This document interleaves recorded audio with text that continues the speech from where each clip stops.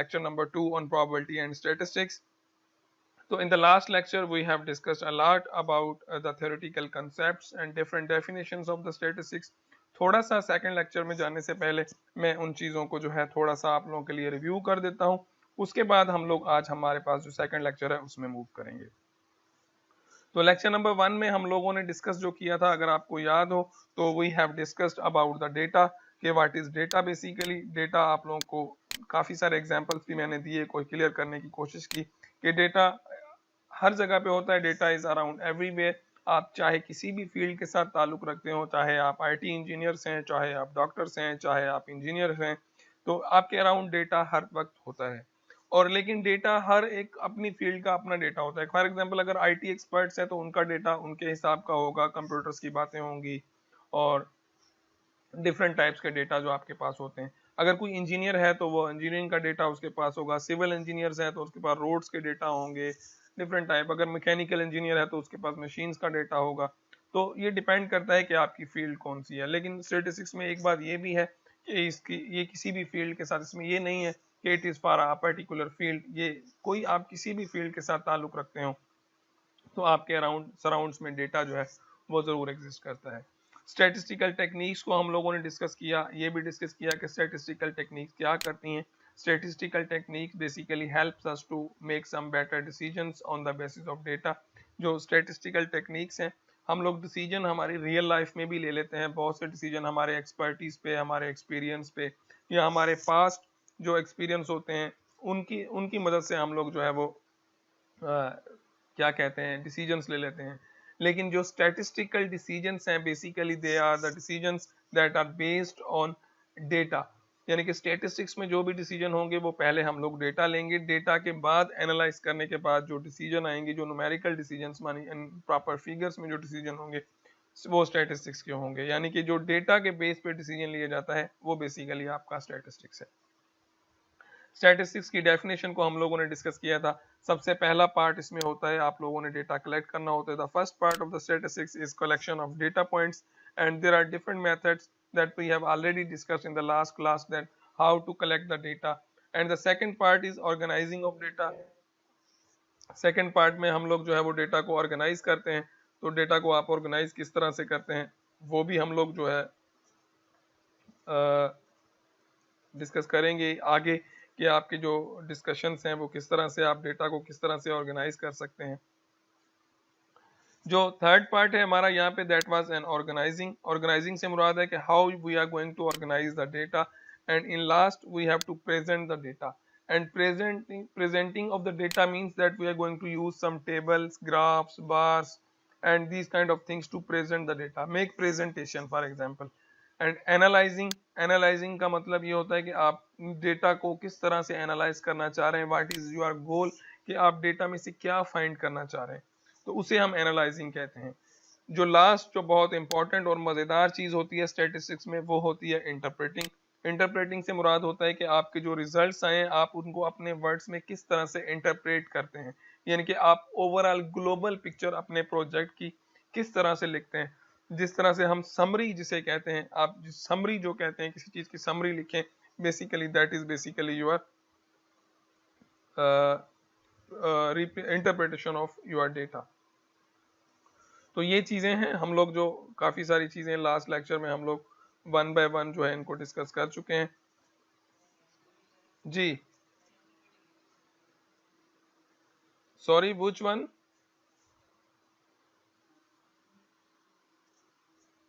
ठीक है मैं कर देता हूँ, लेकिन अब आप अपना माइक अनम्यूट नहीं करेंगे, यही चीज आप चैट में लिखेंगे जो भी आपने क्वेश्चन पूछना है। ओके इंटरप्रेटिंग कह रहे हैं कि ये इनको समझ में नहीं आया। इंटरप्रेटिंग का मतलब होता है कि जो आपके पास जब आप पूरे का पूरा स्टैटिस्टिक्स का प्रोसेस अप्लाई कर लेंगे तो आपके पास एनालाइज करने के बाद जब आप डेटा को एनालाइज करेंगे, once you have analyse the data, तो उसके बाद आपके पास कुछ रिजल्ट्स आएंगे। एनालाइज में से आपके पास कुछ रिजल्ट्स जो निकलेंगे आपके, यानी कि after analysing the data you have some results, तो इन रिजल्ट्स की इंटरप्रिटेशन होती है, यानी इंटरप्रेटिंग जिसे आप कहते हैं। मतलब कि ये जो रिजल्ट्स के बारे में आप थ्योरेटिकल कॉन्सेप्ट्स लिखेंगे कि ये जो रिजल्ट्स आए हैं वो किस तरह के आए हैं। फॉर एग्जांपल आपने बहुत से स्टूडेंट्स का डेटा कलेक्ट किया है, आपने यूनिवर्सिटी के टॉप 50 स्टूडेंट्स को आपने एनालाइज करना है। तो इसका मतलब ये है कि आप कायदे-ए-आम यूनिवर्सिटी के हर डिपार्टमेंट से डेटा कलेक्ट करेंगे, पूरी यूनिवर्सिटी को एनालाइज करेंगे और इन द लास्ट आपके पास जो टॉप 50 स्टूडेंट्स हैं उनके नाम मिल जाएंगे एनालाइजिंग करने के बाद। तो फिर आप उनको इंटरप्रेट करेंगे, आप उसको इंटरप्रेटर में लिखेंगे कि मैंने ये मेथड इस डेटा को यूज इस तरह से मैंने ये डेटा कलेक्ट किया था, ये वाले मेथड्स मैंने अप्लाई किए हैं इस डेटा पे और इसको मैंने इन मेथड के साथ एनालाइज करने के बाद मैं इस रिजल्ट पे पहुंचा हूं कि ये वो फला 50 स्टूडेंट्स हैं जिनके रोल नंबर ये हैं और ये टॉप 50 स्टूडेंट्स हैं ऑफ कायदे-ए-आम यूनिवर्सिटी और इनके जो रिजल्ट्स हैं फला स्टूडेंट के इतने मार्क्स हैं, फला स्टूडेंट के इतने मार्क्स हैं, फला स्टूडेंट के इतने मार्क्स हैं। तो this is basically interpreting means to make a summary of your results. I hope कि आपको समझ में आ गया होगा। I am moving towards the next slide. फिर स्टैटिस्टिक्स की डेफिनेशन हम लोगों ने डिस्कस की थी, हम लोगों ने दो चीजें डिस्कस की थी, एक स्टैटिस्टिक्स और एक स्टैटिस्टिक। तो दोनों चीजों में डिफरेंस था। स्टैटिस्टिक्स बेसिकली पूरा प्रोसेस होता है, जो स्टैटिस्टिक है वो एक प्रॉपर न्यूमेरिकल नंबर है, यानी कि एक रिजल्ट था। तो ये भी हम लोग लास्ट लेक्चर में डिस्कस कर चुके हैं। ये एग्जांपल्स मुझे याद हैं अच्छी तरह से, हम लोगों ने ये वाले एग्जांपल्स जो है मैंने सारे के सारे आपको वन बाय वन एक्सप्लेन करके समझाए थे कि ये सारे के सारे जो एग्जांपल्स हैं these are the examples of statistics. So I am just skipping this opening example, शायद लास्ट में हम लोग दोबारा से इसको रिव्यू करें अगर जरूरत पड़ी, otherwise I am not interesting to do this example here. So it's not lecture 3 but it's lecture 2। ये भी हम लोग लास्ट लेक्चर में डिस्कस कर चुके हैं स्टैटिस्टिक्स की डेफिनेशन को, the science of collecting, analysing, presenting and interpreting data. तो ये सारा वो लास्ट लेक्चर जो हम लोग कर रहे थे उसी डिस्कशन जारी है। अभी हम सेकंड लेक्चर हम लोगों ने स्टार्ट नहीं किया है। फिर हम लोगों ने स्टैटिस्टिक्स के टाइप्स को डिस्कस किया था। दो टाइप्स से हमारे पास, एक डिस्क्रिप्टिव स्टैटिस्टिक्स था और एक इन्फ्रेंशियल स्टैटिस्टिक्स था। डिस्क्रिप्टिव स्टैटिस्टिक्स में हमारे पास सिर्फ मेथड्स थे जिसमें हम डेटा को ऑर्गेनाइज कर रहे थे, कलेक्ट कर रहे थे। लेकिन इन्फ्रेंशियल स्टैटिस्टिक्स का एग्जांपल मैंने आपको दिया था कि आप इन्फ्रेंशियल स्टैटिस्टिक्स में आप क्या करते हैं, आप एक सैंपल पॉइंट लेके पूरे के पूरे पॉपुलेशन को प्रेडिक्ट कर देते हैं। तो ये भी हमारी डिस्कशन हुई थी लास्ट लेक्चर में इन्फ्रेंशियल स्टैटिस्टिक्स को। ये एक एग्जांपल शायद हम लोगों ने किया था, अगर आपको याद नहीं है तो मैं थोड़ा सा इसको रिव्यू कर देता हूँ। ये जो आप राइट साइड पे फिगर देख रहे हैं बेसिकली, जिसको मैं रेड से मार्क कर रहा हूँ, अगर हम टेक्निकली देखें तो ये हमारी पॉपुलेशन है और ये जो रेड पॉइंट्स हैं, ये जो रेड मार्क हैं यहाँ पे छोटे छोटे जो रेड्स हैं, इसमें जो रेड कलर के आपको लोग नजर आ रहे हैं, ये समझ लें कि हमने सैम्पलिंग की है। इनमें से पॉपुलेशन में से अगर हम कुछ टाइप्स जो है वो निकालें तो हम इसको क्या कहते हैं, सैंपल कहते हैं। यहाँ पे 45 है, ये कह रहे हैं कि सर टाइप्स नहीं पढ़े थे। अगर आप लोगों ने टाइप्स नहीं पढ़े तो मैं दोबारा से वापस चलता हूँ, हम लोग पहले टाइप्स को डिस्कस कर लेते हैं। ठीक है, आपने टाइप्स नहीं पढ़े तो स्टैटिस्टिक्स की डेफिनेशन दोबारा से रिव्यू कर देता हूँ। Statistics is the science of collection, analysing, presenting and interpreting data. Statistics की आपको आइडिया हो गया होगा कि स्टैटिस्टिक्स ऐसी साइंस है जिसमें हम सबसे पहला जो काम है कलेक्ट करते हैं डेटा। डेटा कलेक्ट करने से मुराद है कि आप डेटा की कलेक्शन करेंगे। अब डेटा डिफरेंट टाइप्स का हो सकता है, जैसे मैंने अभी आपको एग्जांपल दिया कि फॉर एग्जांपल अब पहले हम यूनिवर्सिटी की बात कर रहे थे, अगर मैं आईटी डिपार्टमेंट का, सिर्फ जो आपका आईटी डिपार्टमेंट है पूरा, यानी कि जिसमें आपके फर्स्ट ईयर के स्टूडेंट्स भी हैं, सेकंड के भी हैं, थर्ड के भी हैं, फाइनल के भी हैं, अगर आप ये जानना चाह रहे हैं कि आपके आईटी के जो डिपार्टमेंट है उसमें टॉप 10 स्टूडेंट्स कौन से हैं, यानी कि हम लोग बेचिस नहीं देख रहे, हम लोग ओवरऑल देख रहे हैं परसेंटेज वाइज कि सबसे ज्यादा परसेंटेज किसकी है। टॉप 10 स्टूडेंट हम लोग निकालेंगे, वो किसी भी बेच में से हो सकते हैं। तो डेफिनेटली आप क्या करेंगे, आप डेटा पॉइंट्स कलेक्ट करेंगे। कलेक्ट करने के लिए आप क्या करेंगे, आप इंडिविजुअली हर क्लास को विजिट करेंगे, हर स्टूडेंट से आप पूछेंगे, उनके उनके जो डेटा, उनके जो मार्क्स हैं वो रिकॉर्ड कर लेंगे, एक तरीका। दूसरा तरीका ये है कि आप ऑफिशियल सोर्स यूज कर लें।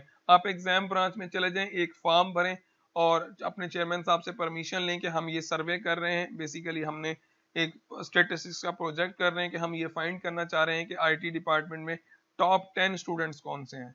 तो आपने एक प्रॉपर वे से चेयरमैन से परमिशन ली, एक फॉर्म भरा, फॉर्म भरने के बाद आपने वो एग्जाम ब्रांच में जमा करा दिया कि हमें ये इंफॉर्मेशन आईटी डिपार्टमेंट के हवाले से चाहिए। तो ये दूसरा मेथड है, या तो आप इंडिविजुअली खुद डेटा कलेक्ट कर लें या आप ऑफिशियली एक फॉर्म भर लें, आपने डेटा कलेक्ट कर लिया।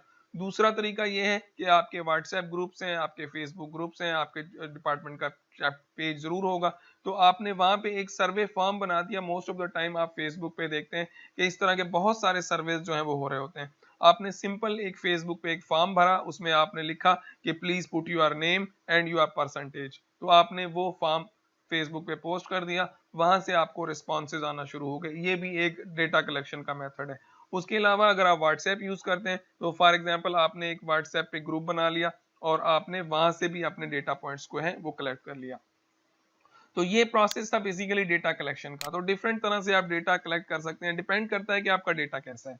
सेकेंड पार्ट में जब आपके पास सारा डेटा इकट्ठा हो गया, आपने तसल्ली कर ली कि we have all the data of information technology department, तो then the second process is analysing the data.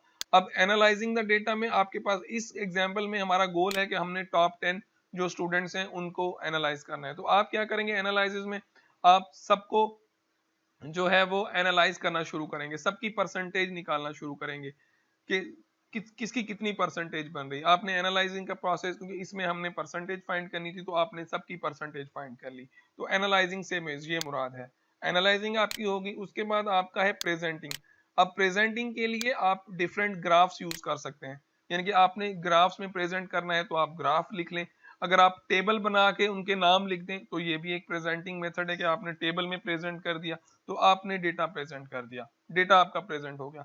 लेकिन आखिर में फिर वही बात आ जाती है इंटरप्रेटिंग ऑफ डेटा। इंटरप्रेटिंग से मुराद है आपका कि आपने अब पूरा ओवरऑल सिनारियो बता देना है कि जी ये 10 स्टूडेंट्स हैं जो आईटी में टॉप पे हैं, फलां बंदा फलां बेच का है, फलां बंदा फलां बेच का है। मैंने इनको इंटरप्रेट करने के लिए या मैंने इनको एनालाइज करने के लिए मैंने ये मेथड अप्लाई किए हैं। मैंने जो डेटा है वो एग्जाम ब्रांच से फॉर एग्जांपल लिया है, उसके ऊपर मैंने परसेंटेज टेक्निक अप्लाई किया। मैंने इस तरह से ये मेथड मैंने अप्लाई किया है आपका परसेंटेज फाइंड करने के लिए। मैंने इस तरह से परसेंटेज फाइंड किया है और आखिर में मेरे पास जो रिजल्ट्स आए हैं वो ये हैं, ये फलां बंदे का रोल नंबर ये है, इसकी परसेंटेज इतनी बनी है, ये टॉप रैंकिंग पे है।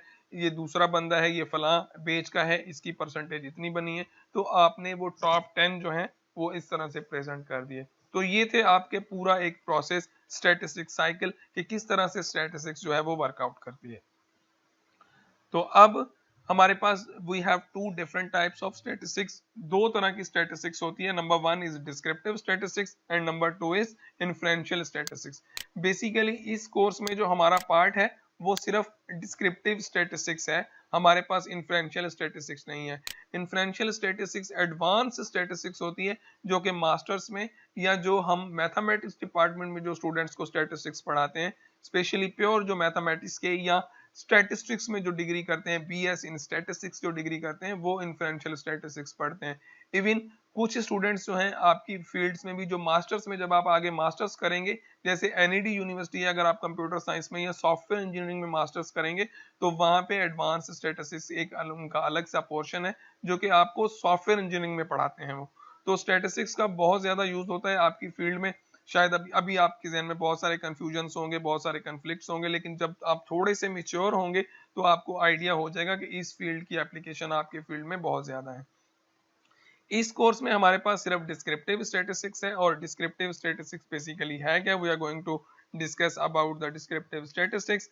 And the descriptive statistics is basically is nothing but is consist of methods. Descriptive statistics में आपके पास सिर्फ मेथड्स हैं for organizing, displaying and describing data by using table, graphs and summary measures। Descriptive word का मतलब होता है इन उर्दू कि किसी चीज को बयान करना। सिंपली डिस्क्रिप्टिव का मतलब है बयान करना। तो डिस्क्रिप्टिव स्टैटिस्टिक्स बेसिकली इसमें सिर्फ आपके पास मेथड्स हैं, ऑर्गेनाइजिंग, डिस्प्लेइंग एंड डिस्क्राइबिंग। अब ऑर्गेनाइजिंग का भी आपको पता है, what does mean by organizing in statistics, what does mean by displaying and what is mean by describing. तो डिस्क्रिप्टिव स्टैटिस्टिक्स का इतना ही काम है, यानी कि इसमें हम डेटा कलेक्ट करेंगे, उसको थोड़ा बहुत एनालाइज करेंगे और उसको टेबल्स में, ग्राफ्स में, बार चार्ट्स में इस तरह से प्रेजेंट कर देंगे। And that's is all about descriptive statistics. जो सेकंड टाइप है वो थोड़ा सा टेक्निकल है, जैसे हमारे पास फॉर एग्जांपल इन्फ्लुएंशियल स्टैटिस्टिक्स है। तो इन्फ्लुएंशियल स्टैटिस्टिक्स की पहले मैं डेफिनेशन पढ़ता हूँ, और मुझे उम्मीद है कि जब मैं ये डेफिनेशन पढ़ूंगा तो आपको समझ में नहीं आएगी, और उसके बाद मैं आपको एक एग्जाम्पल दूंगा। वो एग्जाम्पल देने के बाद फिर दोबारा से मैं डेफिनेशन की तरफ आऊंगा, तो मैं ये अज्यूम करता हूं कि जब मैं एग्जाम्पल के बाद दोबारा डेफिनेशन पढ़ूंगा तो आपको ये डेफिनेशन बिल्कुल 100% समझ में आ जाएगी। तो inferential statistics consist of methods that use a sample. एक वर्ड तो यहाँ पे है सैंपल, इसको मैंने हाईलाइट कर दिया है। Results to make decisions or prediction about the population. तो यहाँ पे जो इन्फ्रेंशियल स्टैटिस्टिक्स है ये दो चीजों की बात करती है। Inferential statistics consist of methods that use sample results to help make decisions or predictions about a population. अब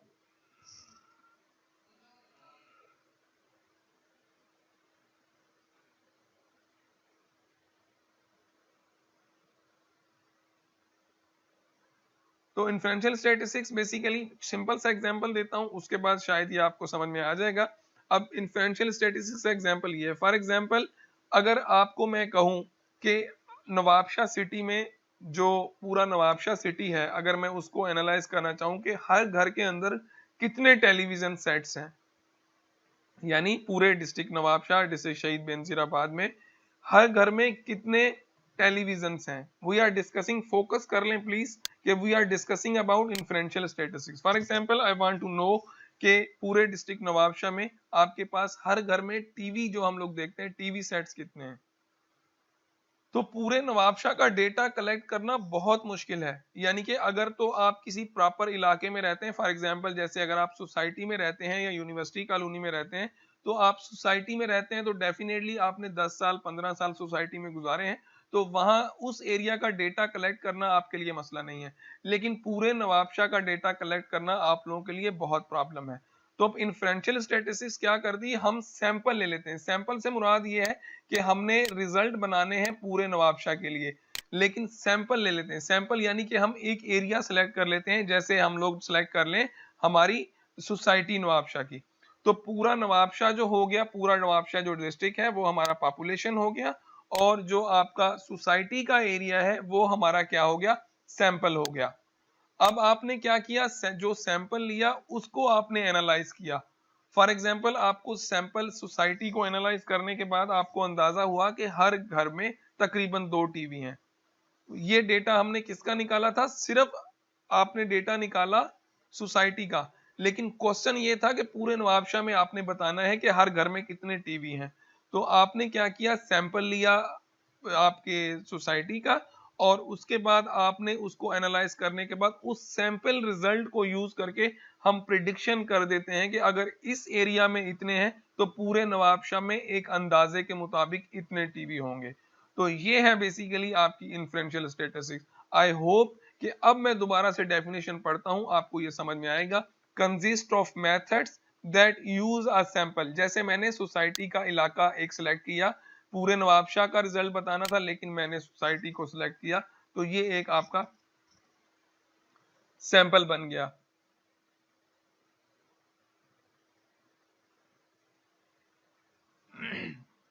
तो ये आपका सैंपल बन गया, और उस सैंपल के रिजल्ट्स को use sample results to make decisions or predictions about the population.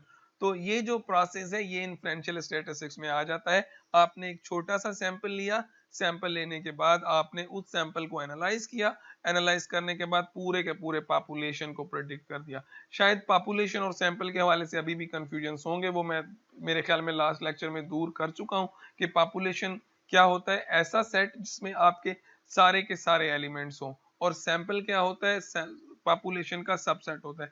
जैसे फॉर एग्जांपल हमारी कायदे अवाम यूनिवर्सिटी को अगर हम कंसीडर करें तो वो पॉपुलेशन है, इंफॉर्मेशन टेक्नोलॉजी को देखें तो वो उसका सैंपल है, बीसीएस डिपार्टमेंट भी एक सैंपल है, मैथमेटिक्स डिपार्टमेंट भी एक सैंपल है, एनर्जी एनवायरनमेंट भी एक सैंपल है।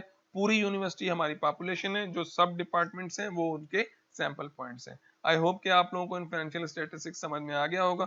अगर नहीं भी आया तो क्वेश्चन आंसर के सेक्शन में इंशाल्लाह हम इसको फिर से दोबारा से डिस्कशन कर लेंगे, डोंट वरी अबाउट इट। तो इन्फ्रेंशियल स्टैटिस्टिक्स का एग्जांपल देख लें आप, क्या करती है, what does mean by estimation या inferential statistics, estimate the population mean weight using the sample mean weight. For example ये एक सिंपल सा एग्जांपल है, हम किसी पॉपुलेशन का कुछ बहुत सारे लोग हैं हमारे पास, हम उनका एवरेज वेट बताना चाह रहे हैं। मतलब हमारे पास एक बहुत बड़ा ग्रुप ऑफ लोगों का ग्रुप है, उसका हम बताना चाह रहे हैं कि उनका एवरेज वेट कितना है, मीन वेट कितना है। तो हम क्या कर रहे हैं, बेसिकली ये जो ऑलरेडी रेड मार्क है, ये पूरे का पूरा राइट हैंड साइड पे जो आपको पिक्चर नजर आ रही है, लेट मी अगर मैं कलर चेंज कर दूं पेन का, I am switching to green colour. और अगर आप इस पिक्चर को थोड़ा सा गौर से देखें तो जो रेड पूरे लोग हैं, ये सारे का सारा आपका पॉपुलेशन है। फॉर एग्जांपल हमने इनका एवरेज वेट बताना है कि इनका एवरेज वेट कितना है।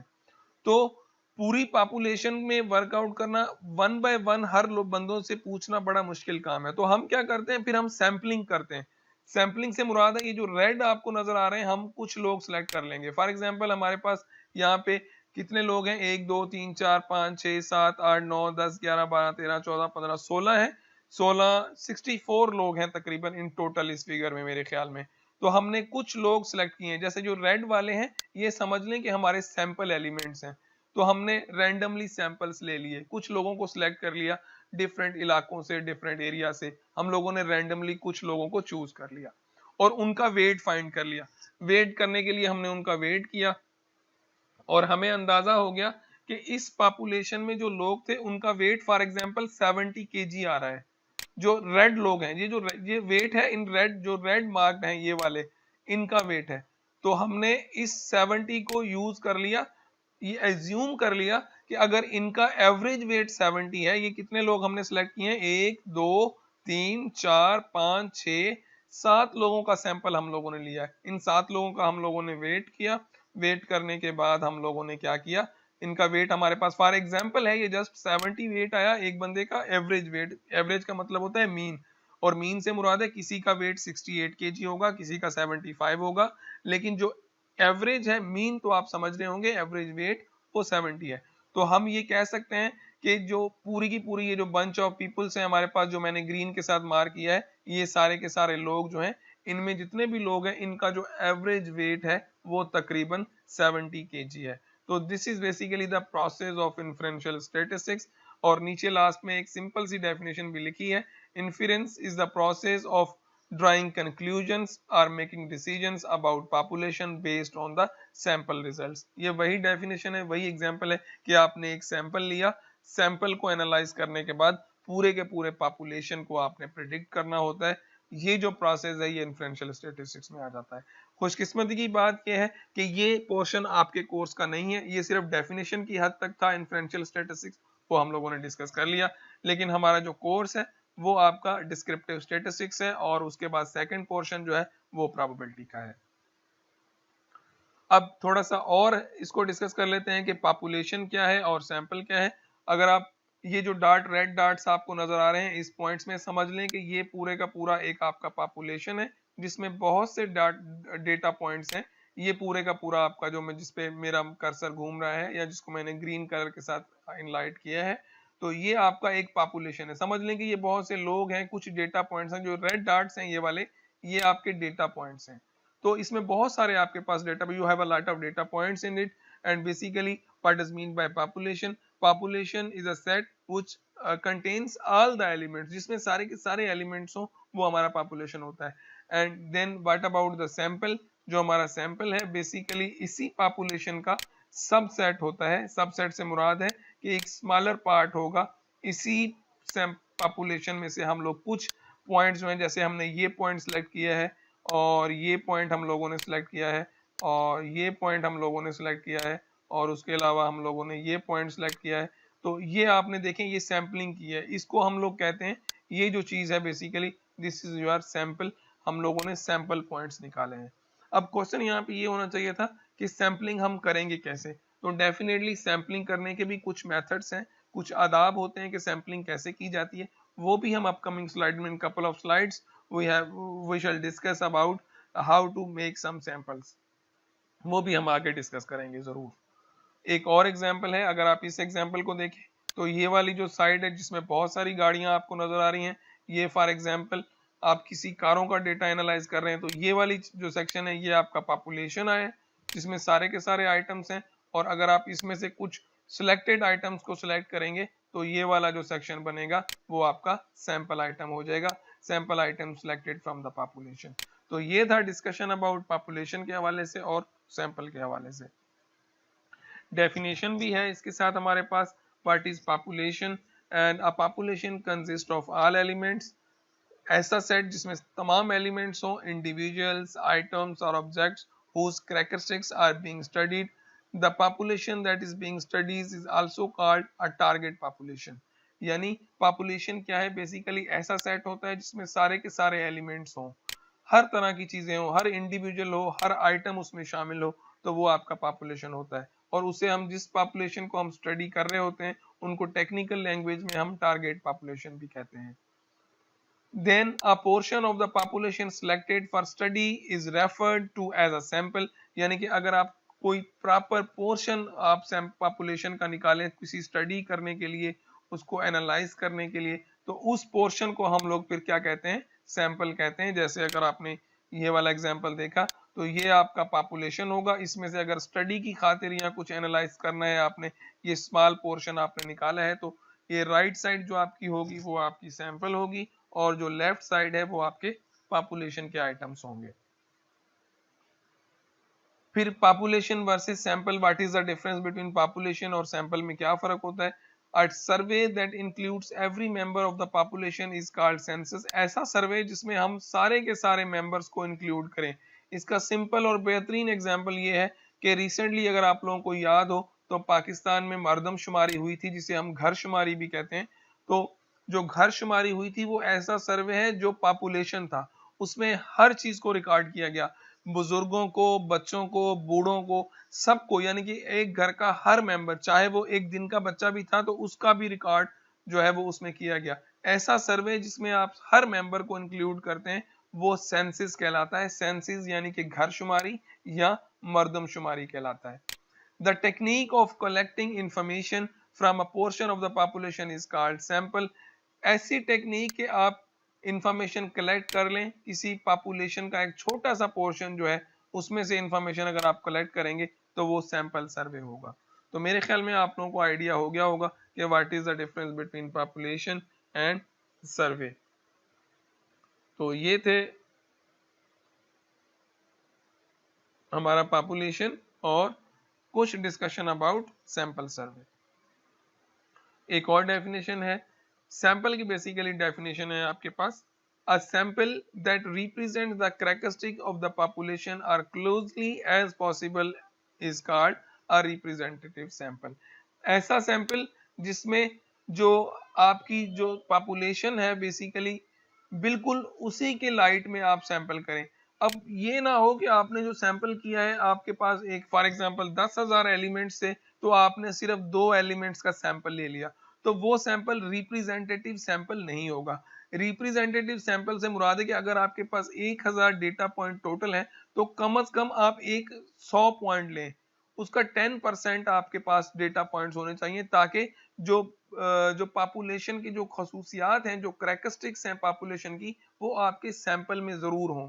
लेकिन अगर आपके पास 1000 डेटा पॉइंट्स हैं और आप सिर्फ 2 पॉइंट्स लेके और आप कहेंगे कि मैं रिजल्ट्स बना लूं, तो वो रिजल्ट्स आपके सही नहीं बनेंगे। वो रिजल्ट सही क्यों नहीं बनेंगे, क्योंकि उसमें पॉपुलेशन के करैक्टरिस्टिक्स यानी कि जो पॉपुलेशन में जो खसूसियात हैं, जो पॉइंट्स पॉपुलेशन में होंगे वो 2 पॉइंट्स में नहीं आएंगे। तो नंबर ऑफ डेटा पॉइंट्स आपको इंक्रीज करने पड़ेंगे ताकि जो आपका सैंपल है वो रिप्रेजेंटेटिव सैंपल हो जाए।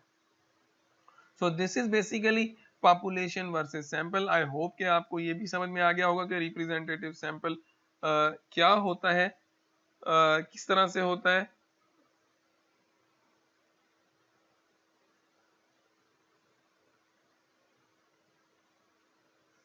कुछ स्टूडेंट्स कह रहे हैं सर जो आपका लेक्चर है वो रिकॉर्ड नहीं हो रहा। बेटा डोंट वरी, मैं आपको कह चुका हूं कि मैं रिकॉर्डिंग इसकी कर रहा हूं, मैं रिकॉर्डिंग इसकी हो रही है, ये सारी चीजें आपको अवेलेबल हो जाएंगी, डोंट वरी अबाउट देम। ये बिल्कुल रिकॉर्डिंग हो रही है, परेशान ना हो, आप लेक्चर पे फोकस करें बस। तो पॉपुलेशन वर्सेस सैंपल आपको समझ में आ गया। रिप्रेजेंटेटिव सैंपल भी आपने देखा क्या है, समझ में आ गया होगा। अगर नहीं तो इंशाल्लाह इन क्वेश्चन आंसर सेशन में हम लोग फिर दोबारा से डिस्कस इनको कर लेंगे। फिर एक और डेफिनेशन है हमारे पास, a sample drawn in such a way that each element of the population has a chance of being selected is called a random sample. सबसे अच्छी जो सैम्पलिंग जिसको माना जाता है स्टैटिस्टिक्स में, वो सबसे जो बेहतरीन जो सैम्पलिंग जिसे हम कहते हैं वो रैंडम सैम्पलिंग होती है। और रैंडम सैम्पलिंग से मुराद ये है कि जितने भी एलिमेंट्स हैं, जितने भी मेंबर्स हैं, उनको सिलेक्शन का इक्वल चांस हो। फॉर एग्जाम्पल एक सिंपल सा एग्जाम्पल दे देता हूं आप लोगों को। अब आप लोगों की बेच है F18IT, तो it's a very first time कि मैं आप लोगों को पढ़ा रहा हूँ। शायद आप लोगों में से कुछ स्टूडेंट्स हैं जो मुझे जानते होंगे, या शायद मुझे कोई भी आप लोगों की बेच में नहीं जानता होगा, और ना ही मैं आपकी बेच में किसी स्टूडेंट को जानता हूँ।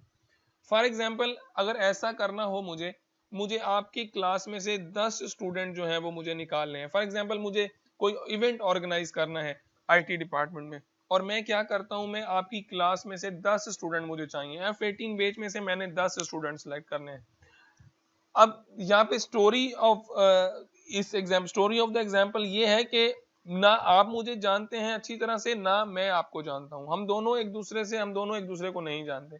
तो मुझे चांस मिला है कि F18 बैच में से आप कोई भी 10 स्टूडेंट सेलेक्ट कर लें। इसका मतलब ये हुआ कि जब मैं आप लोगों में से 10 स्टूडेंट सेलेक्ट करूंगा तो मैं रैंडमली सिलेक्ट करूंगा, क्योंकि मुझे पता ही नहीं है कि कौन किसका नाम क्या है, कौन कहां से है, वो कैसा है, उसकी नेचर कैसी है, तो वो रैंडम होगा। आप पूरी क्लास को इक्वल चांस होगा सिलेक्शन का, क्योंकि मैं किसी को नहीं जानता, मैं किसी को जानता नहीं, मैं किसी को मुझे ना आप मुझे जान रहे हैं ना मैं आपको, तो वो होगा रैंडम प्रोसेस। लेकिन अगर यही चीज 10 स्टूडेंट सिलेक्ट करें, डॉक्टर इब्राहिम चन्ना साहब जो कि आपके चेयरमैन है, अगर वो वहां से सैंपलिंग करें, फॉर एग्जाम्पल उनको मौका मिले कि F18 में से 10 बच्चों को सिलेक्ट करना है, तो डेफिनेटली डॉक्टर साहब आपको पढ़ा भी चुके होंगे, वो आप लोगों की नेचर से अच्छी तरह से वाकिफ होंगे, और वो वही लोगों को सिलेक्ट करेंगे जो उनको सही लगेंगे कि ये स्टूडेंट अच्छे हैं उनकी नजर में, डॉक्टर इब्राहिम की साहब में की नजर में, क्योंकि वो आप लोगों को ऑलरेडी जानते हैं। तो मसला ये हुआ कि रैंडम सैंपल जो मैंने सैंपल किया वो रैंडम होगा, क्योंकि मुझे आप लोगों का कुछ पता नहीं था कि आप लोगों की नेचर कैसी है, आप लोगों का बिहेवियर कैसा है, क्योंकि मैं आप लोगों को जानता ही नहीं था। लेकिन डॉक्टर इब्राहिम साहब जो सैंपल कर रहे हैं वो डेफिनेटली आपको जानते होंगे, या अगर डॉक्टर इब्राहिम साहब ने आपको नहीं पढ़ाया तो कोई और टीचर का एग्जाम्पल ले लें जिसने आपको पहले पढ़ाया होगा, तो वो आपकी नेचर के साथ बिल्कुल वाकिफ होगा। तो वो जो सैंपल करेंगे वो आपके पास क्या होगा, वो आपके पास क्या होगा, रैंडम नहीं होगा जो डॉक्टर इब्राहिम साहब करेंगे। जो मैं सैंपलिंग करूंगा वो आपका रैंडम होगा। तो मेरे ख्याल में अब आपको समझ में आ गया होगा what does mean bye random sampling. If all samples of the same size selected from a population have the same chance of being selected, we call them simple random sampling। यानी कि अगर आपके पास सेम साइज के आपने samples जो हैं वो select किए हैं, तो हम उस सैंपलिंग को क्या कहते हैं, रैंडम सैंपलिंग भी कह देते हैं, या उसको सिंपल रैंडम सैंपल भी आप लोग कह देते हैं।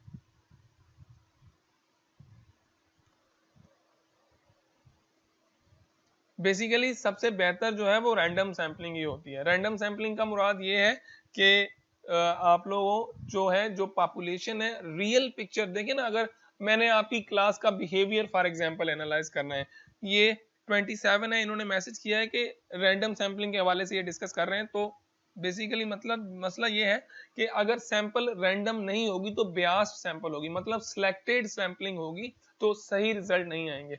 फॉर एग्जाम्पल मैंने आपकी क्लास के बिहेवियर को एनालिसिस करना है, तो बिहेवियर तभी एनालिसिस होगा जब मेरी सैंपल रैंडम होगी। अगर मैं सिलेक्टेड स्टूडेंट्स को जो फॉर एग्जांपल जो मेरे चाहने वाले स्टूडेंट्स हों, फॉर एग्जांपल मैंने किसी बैच को 2 या 4 दफा पढ़ाया होगा, तो डेफिनेटली स्टूडेंट्स के साथ इंटरेक्शन हो जाती है। और कुछ ऐसे स्टूडेंट मैं सैम्पलिंग करना चाहूँ, मुझसे कोई पूछे कि जी आपकी इस बैच का बिहेवियर कैसा था, तो मैं जो अपने सिलेक्टेड स्टूडेंट्स हैं उनको सिलेक्ट करके आपकी बैच की ओवरऑल पिक्चर बताऊं, तो डेफिनेटली वो रिजल्ट सही नहीं होंगे, क्योंकि वो सैंपल रैंडम नहीं था, वो सिलेक्टेड स्टूडेंट से। लेकिन अगर सैंपल रैंडम होगा तो रैंडम से मुराद ये होगी कि उसमें कुछ बच्चे ऐसे सिलेक्ट हो जाएंगे जिनका बिहेवियर बहुत अच्छा होगा, कुछ ऐसे होंगे जिनका बिहेवियर सही नहीं होगा या जिनका वे ऑफ टॉकिंग अच्छा नहीं होगा। तो ये लास्ट स्लाइड में हम लोगों ने, अगर आपको याद हो तो एक चीज डिस्कस, लास्ट स्लाइड में हम लोगों ने एक चीज डिस्कस की थी कि जी अच्छा सैंपल वही होता है जिसके क्रैकरस्टिक्स पॉपुलेशन के साथ मैच हो। तो रैंडम सैंपलिंग सबसे बेहतरीन सैंपलिंग होती है ताकि आपके जो करैक्टरिस्टिक्स हैं वो पॉपुलेशन के साथ मैच हो। तो that's why we always go with random sampling.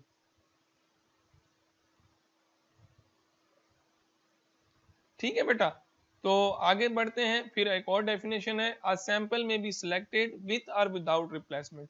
कभी कभी जो सैम्पलिंग होती है वो विथ रिप्लेसमेंट होती है, यानी कि आप सैम्पलिंग कर रहे हैं, आपने एक एलिमेंट निकाला और वापस रख दिया। फॉर एग्जाम्पल, आपके पास एक बाउल में बहुत सारी कैंडीज हैं, आपने एक कैंडी निकाली, चेक किया कि ये कौन सी कंपनी की है या इसका कौन सा टेस्ट है, उस कैंडी को आपने वापस रिप्लेस कर दिया। तो कुछ जगह पे हम लोग इस तरह की सैम्पलिंग भी करते हैं जो कि विथ रिप्लेसमेंट होती है, यानी एक स्टूडेंट को सिलेक्ट किया फिर उसको वापस क्लास में भेज दिया। या जब हम क्रिकेट टीम की सिलेक्शन करते हैं तो जब आप टॉप ऑर्डर बैट्समैन सिलेक्ट करते हैं, फॉर एग्जांपल आपने उसको सिलेक्ट कर लिया, सिलेक्ट करने के बाद उसको वापस भेज दिया ताकि वो कीपर भी था फॉर एग्जांपल, तो वो कीपिंग भी करेगा, बैटिंग भी करेगा। कुछ सैंपल्स इस तरह के होते हैं जिसमें आप लोग विथ रिप्लेसमेंट सैंपल करते हैं, और कुछ sample, some of the samples that we have that are without replacement. For example अगर आप लॉटरी का एग्जांपल ले लें, जो हम लोग लॉटरी खेलते हैं, जो होती है, जो आपकी ड्रा निकलते हैं, तो लॉटरी के जो टिकट्स होते हैं, once you have drawed you can't never replace it back. तो ये आपके पास एग्जांपल्स हैं कि विथ रिप्लेसमेंट भी सैम्पलिंग होती है और विदाउट रिप्लेसमेंट भी सैम्पलिंग होती है। तो नियर अबाउट वी हैव 45 तकरीबन मिनट हो गए। अब आप ऐसा कर लें कि थोड़ा सा ब्रेक लें, थोड़ा सा रेस्ट करें, फिर नेक्स्ट क्लास में दोबारा से मुलाकात होती है। फिक्स 1 बजे हम दोबारा से क्लास स्टार्ट करेंगे। और अब हम क्वेश्चन आंसर की तरफ चलते हैं। पहले इस क्लास के क्वेश्चंस को ले लेते हैं, उसके बाद हम 5 मिनट का ब्रेक करेंगे। ब्रेक करने के